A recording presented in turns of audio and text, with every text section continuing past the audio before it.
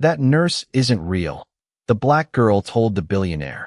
Minutes later, his blood ran cold. What could make a single sentence stop someone in their tracks? And why would those words leave a billionaire shaken to his core? Hello, everyone, and welcome back to the channel.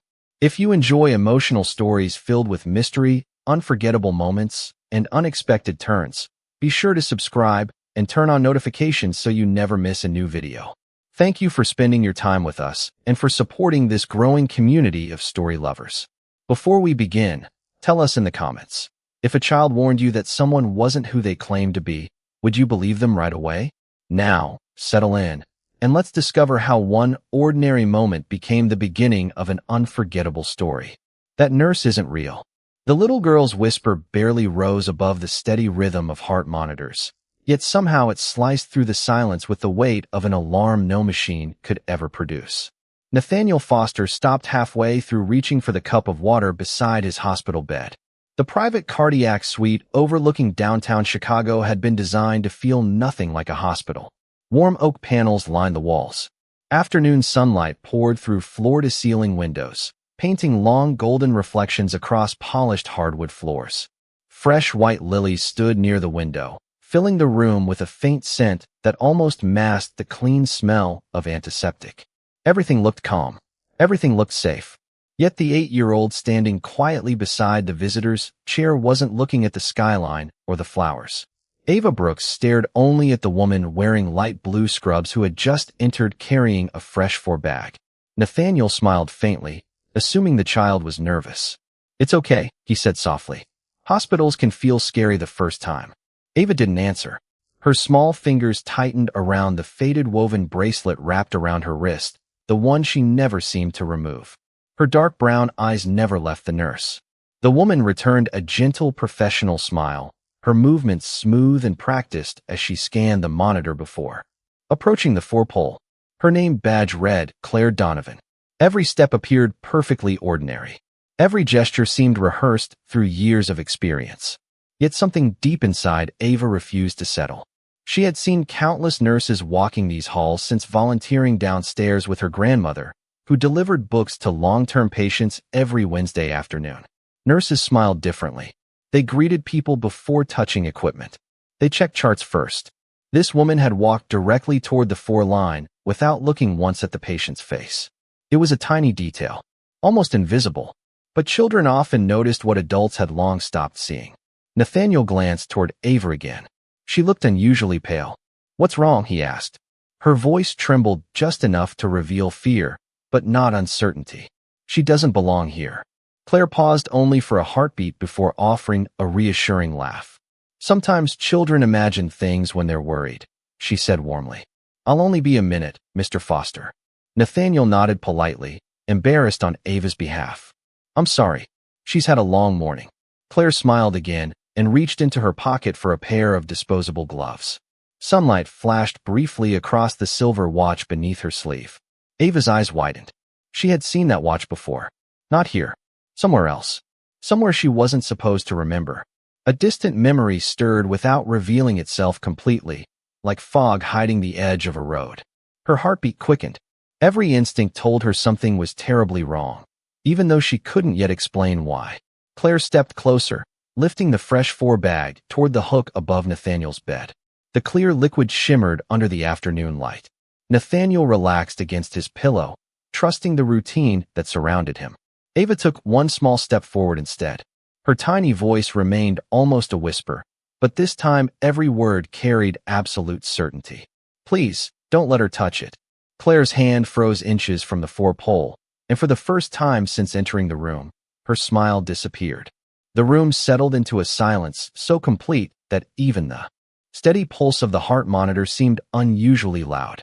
Claire slowly lowered the four bag without breaking eye contact with Nathaniel.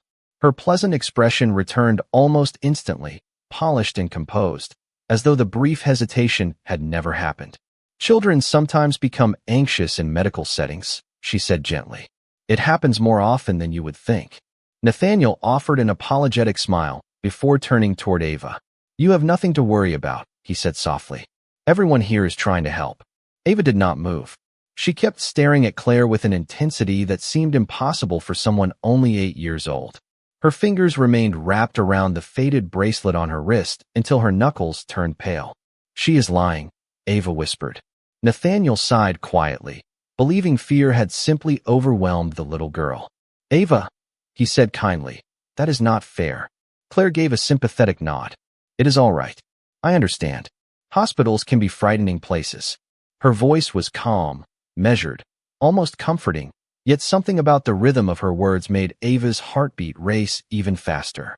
She had heard that same voice before. Not the exact words, but the careful way each sentence sounded as though it had been practiced many times. Somewhere deep inside her memory, a faint image flickered and disappeared before she could grasp it. Claire reached for the electronic tablet attached to the bed and tapped the screen several times. Nathaniel watched without concern. Everything appeared exactly as it should. The monitor displayed stable numbers. The afternoon sunlight still filled the room with warmth.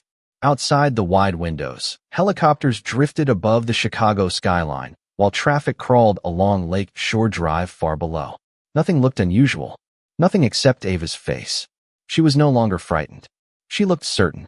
Dr. Michael Reeves stepped into the room carrying a patient chart, his white coat moving gently as he crossed the polished floor. "Good afternoon, Nathaniel," he said with an easy smile. "How are we feeling today?" "Much better," Nathaniel answered. "Although I think my young visitor has had enough excitement for one afternoon." The doctor glanced toward Ava, noticing her fixed stare. "Everything all right?" Nathaniel nodded before Ava could answer. "She is simply nervous." Ava slowly shook her head. "She is not supposed to be here." Dr. Reeves looked toward Claire with mild curiosity. "Everything going smoothly?" Claire smiled with quiet confidence. "Perfectly. I was just replacing the for solution." The explanation sounded simple enough. Reasonable. Professional. Yet as Dr. Reeves casually glanced toward the identification badge clipped neatly to Claire's pocket, something small caught his attention. The plastic card reflected the afternoon light at an unusual angle. For only a second, he noticed that the hospital logo appeared slightly darker than the official badges issued earlier that year. It was an almost invisible difference, one that most people would never notice.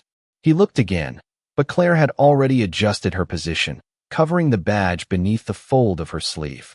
The moment vanished as quickly as it had appeared. Nathaniel never noticed the doctor's brief pause. Ava did. She watched Dr. Reeves narrow his eyes for the smallest fraction of a second before offering another polite smile. The room continued exactly as before, yet something invisible had shifted. For the first time, someone besides Ava had begun to wonder whether the little girl's impossible certainty deserved another look. Claire completed the final entries on the electronic tablet before offering Nathaniel another reassuring smile. "Everything looks excellent, Mr. Foster. Someone will return shortly to check on you." Her tone remained perfectly calm as she stepped toward the door. She paused just long enough to acknowledge Dr. Michael Reeves with a courteous nod before disappearing into the quiet hallway. The automatic door slid shut behind her with a gentle hiss. For several seconds, nobody spoke. Nathaniel leaned back against his pillows and let out a slow breath. "I think we all need to relax," he said with a soft chuckle. "Today has been more dramatic than my last board meeting." Dr. Reeves smiled politely, but his attention lingered on the closed doorway. Something about the identification badge continued to bother him, although he could not explain why. Hospital identification cards were replaced every 2 years, and the newest version carried a brighter blue emblem with a reflective strip across the bottom. Claire's badge had looked different. Perhaps it had simply been an older replacement. Perhaps the lighting had distorted the colors. There were reasonable explanations. Still, the thought refused to disappear. Ava remained standing exactly where she had been since Claire entered the room. Her eyes drifted toward the bag, now hanging above Nathaniel's bed. She frowned. "That is not the same one," she murmured. Nathaniel looked up. "What do you mean?" Ava pointed carefully without touching anything. "The other bag had a little blue sticker on the corner. This one does not." Nathaniel blinked. He had never noticed such details. Dr. Reeves stepped closer to the pole and studied the clear plastic bag. A small white manufacturer label rested near the bottom. "No blue sticker." "Are you sure?" he asked gently. Ava nodded without hesitation. "I saw it when she walked in." The doctor examined the tubing, then the printed lot number. Everything appeared ordinary. Even so, he reached into his pocket and scanned the barcode with the hospital tablet. A green check mark immediately appeared on the screen. Approved. Correct medication. Correct patient. Correct dosage. Nathaniel smiled with relief. See? Everything matches. Dr. Reeves nodded, although the uneasy feeling remained. Before returning the tablet to his pocket, he opened the digital staffing schedule almost absent-mindedly. Hundreds of employee names filled the screen. Nurses assigned to every wing of the hospital appeared in neat alphabetical order. He typed Claire Donovan into the search field. One result appeared almost instantly. Cardiology. Temporary assignment. Everything looked normal until he noticed the hiring date. It showed today's date. His eyebrows lifted slightly. Temporary nurses certainly arrived every week, especially during busy seasons. But new hires almost never received direct assignments to executive recovery suites on their first shift. That responsibility usually belonged to senior staff members familiar with specialized cardiac care. Is something wrong? Nathaniel asked after noticing the doctor's thoughtful expression. Dr. Reeves quickly locked the screen and smiled. Probably nothing. I simply realized I have not had the chance to meet every member of our temporary staff. Nathaniel accepted the explanation without another thought. Ava did not. She stepped closer to the doctor and spoke so quietly that only he could hear. You looked because you felt it too. Dr. Reeves met her steady gaze. There was no fear in her eyes now, only conviction. Outside the room, security cameras silently watched nurses and visitors move through the bright hallway. One figure in light blue scrubs turned the corner, disappeared beyond the elevators, and never once looked back. After Dr. Michael Reeves left the room, the quiet returned, but it no longer felt comforting. Nathaniel watched the late afternoon sun drift lower across the Chicago skyline, trying to convince himself that everything was exactly as it should be. He had built one of the largest investment companies in America by trusting facts instead of feelings. Children imagined monsters. Executives examined evidence. That simple philosophy had guided his entire life. Yet every time he closed his eyes, he heard Ava's calm voice repeating the same impossible certainty. She is not supposed to be here. Ava stood beside the wide window, watching nurses move through the courtyard below. Dozens of employees crossed between buildings wearing nearly identical uniforms. Some laughed quietly. Others hurried toward the emergency entrance with folders tucked beneath their arms. Then Ava frowned. She is leaving. Nathaniel looked toward the window. Who? The nurse. By the time he stood and reached the glass, the woman in blue scrubs had already disappeared behind a row of ambulances. Nathaniel smiled gently. Her shift may be over. Ava slowly shook her head. She looked around before she walked away. Those words lingered in the room longer than Nathaniel expected. 20 minutes later, Dr. Reeves entered again carrying 2 paper cups of coffee and a slim tablet. Computer. His smile appeared relaxed, but there was an unusual focus behind his eyes. He handed 1 cup to Nathaniel before pulling a chair closer to the bed. I hope you do not mind if I ask a few routine questions, he said casually. Nathaniel raised an eyebrow. About my recovery? Partly. Dr. Reeves glanced briefly toward Ava before returning his attention to Nathaniel. Did Claire mention how long she had been assigned to this floor? Nathaniel thought for a moment. No. She simply introduced herself as part of the cardiac team. The doctor nodded slowly. Interesting. Ava looked up immediately. You could not find her. Dr. Reeves offered a patient smile. I found an employee record. But not a person, Ava answered quietly. Nathaniel looked from one face to the other, beginning to sense that this conversation was no longer routine. Dr. Reeves rested the tablet on his lap without opening it. I spoke with the nurse supervisor downstairs. She believes Claire was transferred this morning from another hospital. The staffing office believes she has been working here for 3 weeks. Human Resources says her paperwork was completed yesterday. 3 departments. 3 different answers. Nathaniel's expression slowly hardened. That sounds like an administrative mistake. It certainly could be, Dr. Reeves replied, although his voice lacked confidence. Hospitals are busy places. Ava remained silent for several seconds before speaking again. People who belong somewhere all tell the same story. Neither adult answered. The simple observation settled over the room like a weight. Dr. Reeves finally unlocked the tablet and opened the employee profile once more. This time he enlarged the identification photograph. The woman smiling in the picture wore the same uniform, the same silver watch, the same carefully tied hair. But one detail stopped him cold. The hospital identification number printed beneath the photograph ended with the digits 7421. He remembered seeing the badge only an hour earlier. Without understanding why, those final numbers had stayed in his mind. They had not been 7421. They had been 7124. Only two. Numbers had changed places, yet that tiny difference was enough to make the doctor's pulse quicken. Nathaniel leaned forward as Dr. Reeves quietly reached for his phone. "Who are you calling?" The doctor never looked away from the screen. "Hospital security," he answered softly. "I would like them to help me find someone before she finds her way back here." Dr. Michael Reeves ended the call after speaking only a few quiet sentences. Within minutes, two hospital security supervisors began reviewing access records while another discreetly walked the cardiac floor, careful not to alarm patients or staff. Nathaniel watched the activity through the open doorway with growing curiosity. He still believed there had to be a simple explanation, yet the confidence that had steadied him all afternoon was beginning to fade. Ava sat quietly in the visitor's chair, her feet barely touching the floor. She had stopped trying to convince anyone. Instead, she simply observed, as though she knew the truth no longer depended on her words alone. Nearly 30 minutes passed before Dr. Reeves returned carrying a small folder instead of his tablet. His expression was more serious than Nathaniel had ever seen. He closed the door gently behind him before speaking. Security reviewed every employee entrance used since 6 o'clock this morning. Nathaniel leaned forward. "And?" Claire entered through the west service corridor. Nathaniel shrugged. "Employees use different entrances all the time." Dr. Reeves nodded. "That is true. The unusual part is what happened afterward."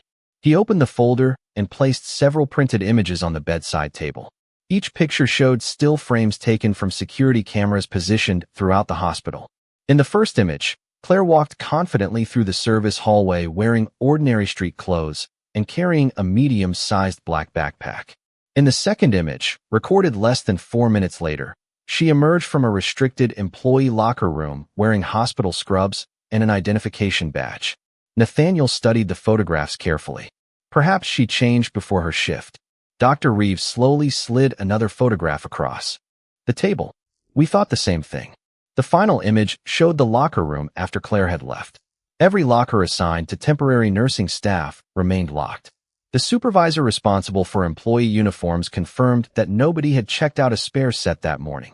Ava quietly looked at the backpack in the first photograph. She brought the clothes with her. Dr. Reeves nodded. "That appears to be exactly what happened." Nathaniel looked back toward the pictures. But the identification badge? That is where the mystery becomes even stranger. Dr. Reeves opened another document containing the hospital's employee database. Every identification number assigned to active nurses appeared in sequence. The number displayed on Claire's badge belonged to a pediatric nurse currently attending a medical conference in Seattle, nearly 2,000 miles away. Nathaniel frowned. So someone copied her identification. Yes, but whoever did it also changed the photograph inside the electronic system for less than 20 minutes.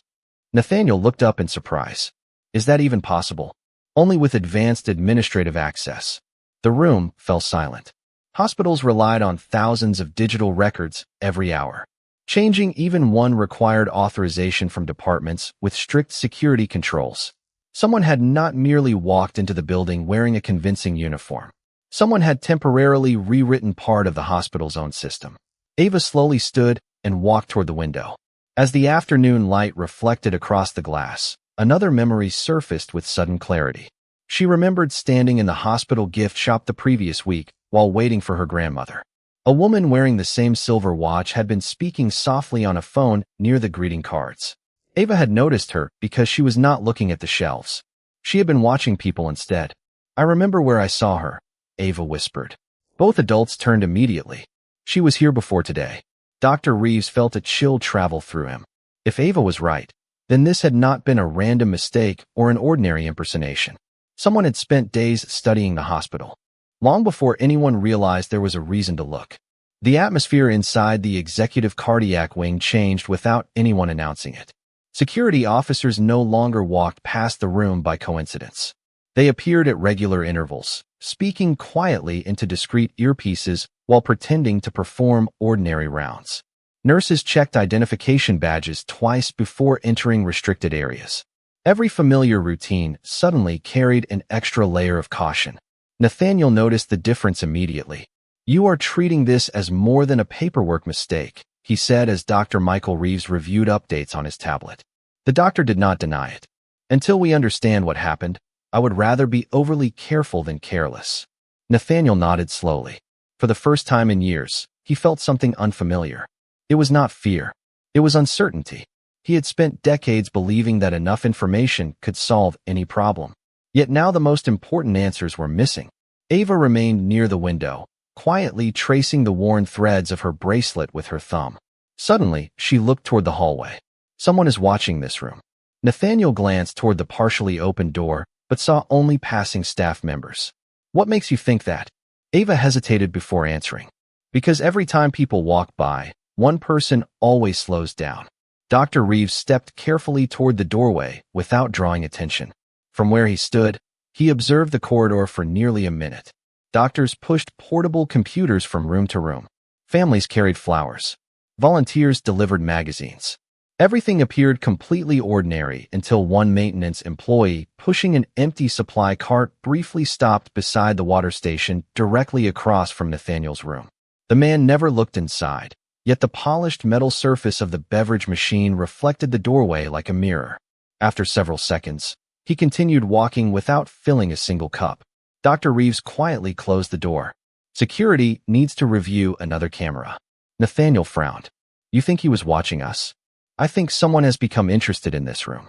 Minutes later, one of the security supervisors arrived carrying fresh surveillance images collected from multiple hallways.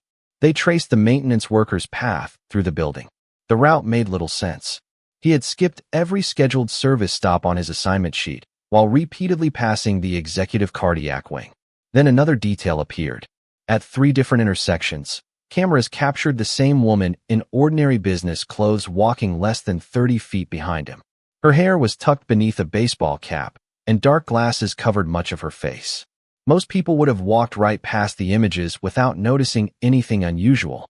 Ava pointed immediately at the silver watch visible beneath the woman's sleeve. "That is her." Nathaniel leaned closer. The clothing had changed. The hairstyle was different. There was no hospital badge. Yet the distinctive watch caught the afternoon light exactly the same way it had earlier. Dr. Reeves felt his pulse quicken. She never really left. Security enlarged another image taken outside the parking garage. The maintenance employee entered a gray sport utility vehicle parked near the employee entrance. Less than 15 seconds later, the woman wearing the silver watch climbed into the passenger seat. The vehicle pulled away before the camera could capture the license plate clearly. Nathaniel stared silently at the screen. This was no misunderstanding. Someone had coordinated movements inside the hospital with remarkable precision. Ava looked toward Dr. Reeves with quiet confidence. They thought nobody would notice because everyone was looking at the uniforms. The doctor slowly nodded. "But you were watching the people instead." Before anyone could say another word, Dr. Reeves's phone vibrated. He glanced at the message, and the color drained from his face. Security had just confirmed that another patient on the same floor had reported a nurse matching Claire's description nearly 2 days earlier, even though official staffing records insisted she had not started working until that very morning. Dr. Michael Reeves stood silently for several seconds, reading the security update again, to make certain he had not misunderstood it. The report came from an elderly patient recovering 2 doors down from Nathaniel's suite. She had clearly remembered a nurse with a silver watch checking the room 2 evenings earlier, even complimenting her on a family photograph resting beside the bed. Security compared visitor logs, staffing records, and hallway footage from that date. Officially, Claire Donovan had not existed inside the hospital until this morning. Unofficially, someone matching her appearance had been walking the executive cardiac wing for days. Nathaniel slowly rubbed his forehead. She was studying the floor. Dr. Reeves nodded. "That is becoming difficult to deny." The doctor immediately requested archived surveillance from every public area connected to the cardiac department during the previous week. Within 15 minutes, the hospital's security office began sending still images to his tablet. Most showed nothing unusual. Families arrived carrying balloons. Volunteers delivered books. Physicians moved between consultations. Then one photograph stopped everyone. It had been captured near the hospital gift shop 4 days earlier. Ava leaned closer before anyone else spoke. That is the day I saw her. The woman stood near a display of greeting cards wearing ordinary clothes instead of scrubs. She held a coffee cup in one hand while pretending to browse the shelves. Her attention, however, was focused entirely on the hallway leading toward the executive elevators. Nathaniel studied the timestamp. He had visited the hospital that same afternoon for routine testing before his scheduled procedure. She knew I would be here, he murmured. Dr. Reeves enlarged the image until another detail became visible. Resting on the greeting card rack beside the woman was a folded visitor map with several handwritten circles marked in blue ink. The circles surrounded the executive elevators, the pharmacy entrance, and the private recovery suites. She was mapping the building, Nathaniel said quietly. Security continued searching additional recordings. Another image appeared from the cafeteria 2 days later. The same woman sat alone near the windows with a notebook open beside her lunch tray. She was not eating. Every few minutes, she looked toward the corridor where physicians entered and exited during shift changes. A third recording showed her walking calmly through the hospital chapel before disappearing toward the administration offices. Every appearance lasted only a few minutes. Never long enough to attract attention. Never unusual enough for anyone to remember until now. Ava suddenly frowned as another memory surfaced. She talked to someone.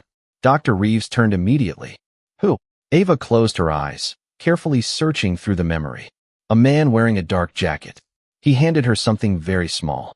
Security rewound the cafeteria footage frame by frame. There, reflected faintly in the glass behind the woman, stood a man whose face remained hidden beneath a baseball cap. He approached her table for less than 10 seconds before placing what looked like a folded note beside her coffee cup and walking away without sitting down. Claire never looked surprised. She simply slipped the paper into her pocket before continuing to study the hallway. Nathaniel felt the pieces beginning to connect. This had never been the work of one person moving alone through the hospital. Someone had been helping from the beginning. Just then another notification appeared on Dr. Reeves's tablet. Security technicians had enhanced the reflection from a nearby window enough to identify one more detail. The man in the dark jacket wore an employee access badge clipped beneath his coat. Whoever had been meeting Claire was not merely visiting the hospital. He belonged inside it. The executive cardiac wing remained unusually quiet as evening settled over the city. The golden light outside the windows slowly faded into deep shades of blue, and the reflections inside the glass became almost mirror-like. Nathaniel sat silently, replaying every detail from the past several hours.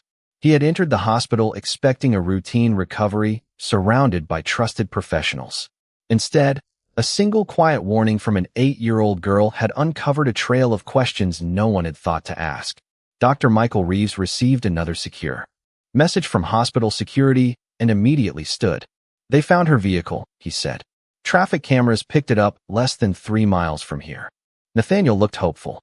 Did they stop it? The doctor slowly shook his head. No, but they followed it to a public parking garage downtown. Security officers arrived there within minutes. The gray sport utility vehicle was still parked inside. Claire was not. During the search, investigators discovered a neatly folded set of hospital scrubs inside the backpack seen on the surveillance photographs. There was also a counterfeit identification badge, a disposable coffee cup from the hospital cafeteria, and a handwritten visitor map marked with several routes through the building. Everything suggested careful planning rather than random opportunity.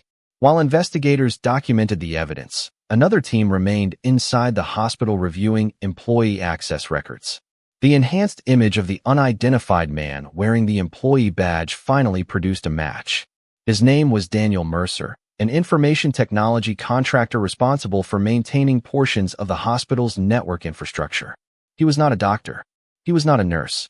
Yet his temporary system privileges allowed him to update employee records during software maintenance windows.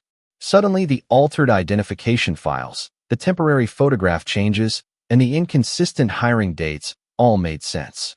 Daniel Mercer was quietly escorted into a conference room by hospital administrators. Faced with the growing collection of surveillance images and electronic records, He admitted that he had allowed unauthorized changes to appear in the staffing database after accepting money from someone using the name Claire Donovan. He insisted he believed she was conducting a private corporate security audit and claimed he never imagined anyone would misuse the access. Whether his explanation was completely truthful remained uncertain, but one fact was no longer in doubt. Claire had never belonged to the hospital staff. Nathaniel closed his eyes for a long moment. The realization settled heavily upon him. If Ava had remained silent, no one would have questioned the unfamiliar nurse. No one would have examined a badge closely enough to notice 2 misplaced numbers. No one would have searched the surveillance archives or uncovered the manipulated records. Dr. Reeves looked toward Ava with genuine admiration. Every experienced professional in this building trusted the system, he said quietly. You trusted what you observed. Ava looked down at the worn bracelet around her wrist before answering.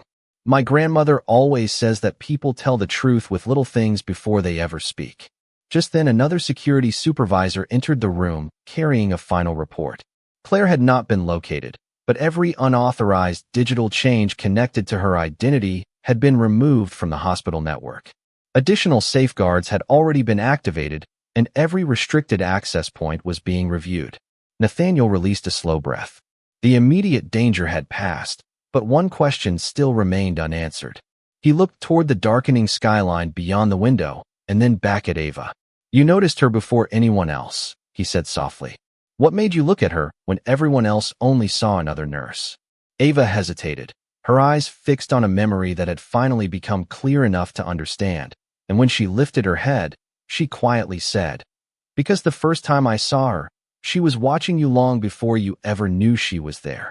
Morning sunlight filled the executive cardiac suite with a quiet warmth that felt completely different from the uneasy silence of the day before.